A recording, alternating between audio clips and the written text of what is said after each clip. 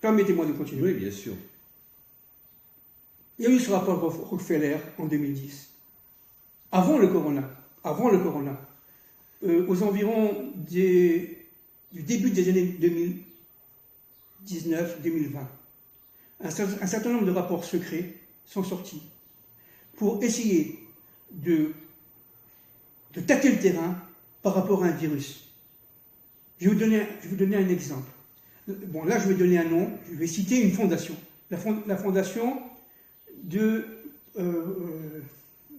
comment il s'appelle le milliardaire qui a une fondation... J'ai un trou là.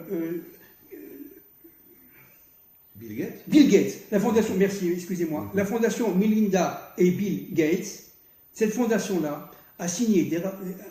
ça s'appelle l'ID 2020, pour 2020, des contrats secrets avec des instances pharmaceutiques, avec des firmes mondialistes, pharmaceutiques, et avec l'ONU.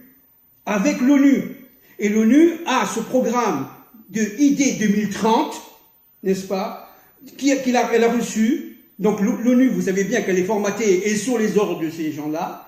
Et cette fondation Bill Gates a signé des accords secrets avec les grandes firmes pharmaceutiques, vous m'avez compris, de manière à développer déjà, à ce moment-là, un vaccin.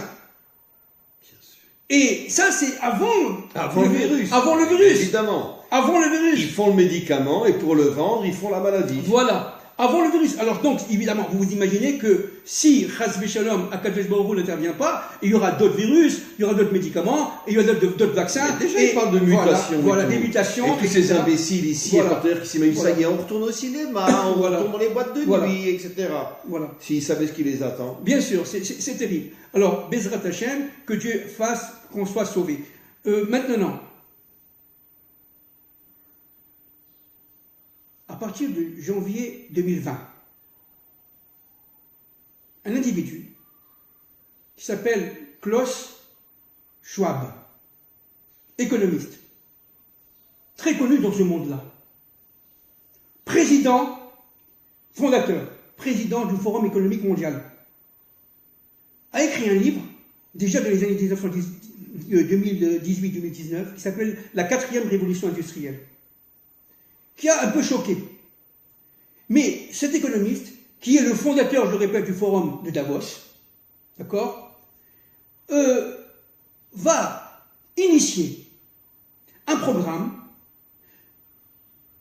à partir de janvier 2020, d'accord. Ça veut dire encore le virus, il commençait à peine à voir son truc, à faire ses dégâts, d'accord.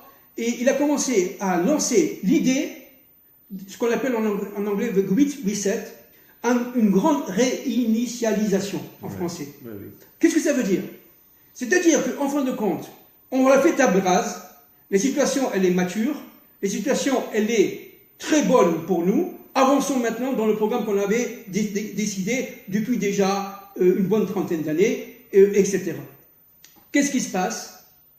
Il sort un livre en août 2020, il y a quelques mois, n'est-ce pas, qui s'appelle The Great Reset, bon, en français, la grande initialisation. Et que dit ce livre? Alors je vais résumer au maximum, parce qu'on n'a pas le temps, on a quelques minutes, au maximum, hein, c'est une synthèse absolue. 3 points.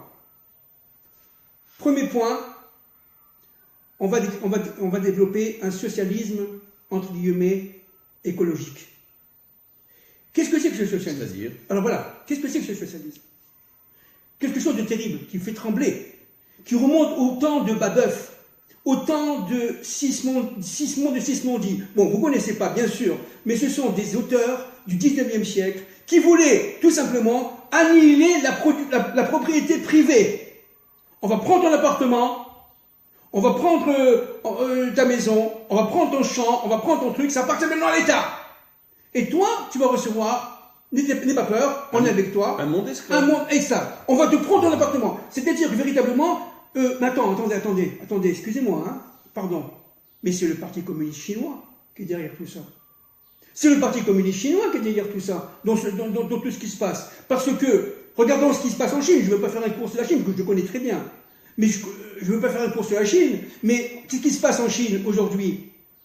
Eh bien, c'est tout simplement la monopolisation de toute la propriété privée. Mais déjà, ça a été prévu en 19e siècle par des gens comme Babeuf, que personne ne connaît, Auguste Blanqui, Sismond de Sismondi, avec, par exemple, le socialisme industrialisateur. Bon, ça, c'est un peu compliqué, un peu technique, c'est pas pour le plus grand nombre. C'est-à-dire que c'est pas d'aujourd'hui, ça. Mais là, M. Klaus Schwab veut faire un socialisme de manière à, grave, tenez-vous bien, à qu'on nous confisque, d'une manière par la loi, gentiment, avec le sourire. Tu n'es pas capable, ça coûte trop cher, ta machkenta, ton prêt, viens, je te rembourse le prêt, maintenant cet appartement est à moi. Et c'est la loi. Tu peux rien faire. C'est quand il y a eu la crise immobilière à l'époque d'Obama, c'est ce qui s'est passé. Voilà. Les banques ont récupéré toutes les maisons. Voilà, vous avez compris. Voilà. Ça a été une sorte de champ d'ex